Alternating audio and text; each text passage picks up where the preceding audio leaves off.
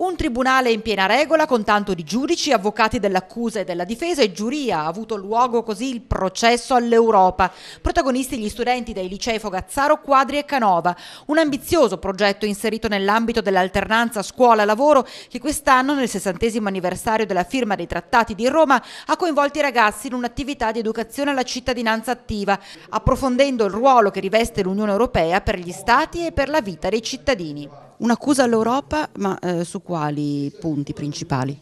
Sostanzialmente erano 5 punti principali e 2 molto importanti. Il primo punto che abbiamo sostenuto è stato la distribuzione dei migranti nel territorio dell'Unione e le politiche europee in merito alla chiusura dei confini. Giudice a scuola, giudice per questa, chiamiamola fiction, in questa occasione potrebbe essere il tuo futuro?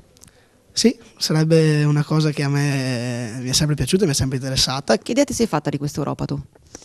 Oddio, beh, innanzitutto che è intrinseca dentro la nostra realtà quotidiana e che dovremmo guardarla con un po' di più attenzione. Ti piacerebbe fare l'avvocato da grande? È il mio sogno.